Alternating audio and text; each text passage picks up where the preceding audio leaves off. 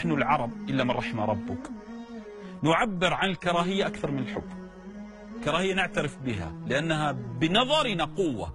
عندنا للأسف ما عندنا إنصاف. إذا أنا أكره فلان بنسبة كراهية 20% أعبر عن كرهي له بالهمز أو باللمز أو بالغمز، مو ما نعبر. لماذا نكره؟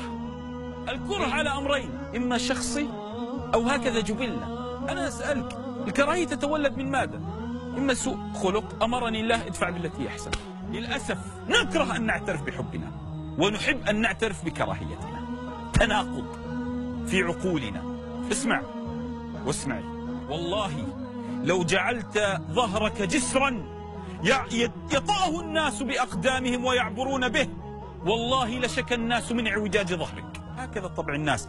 الناس تبحث عن الكره، لا تبحث عن الحب.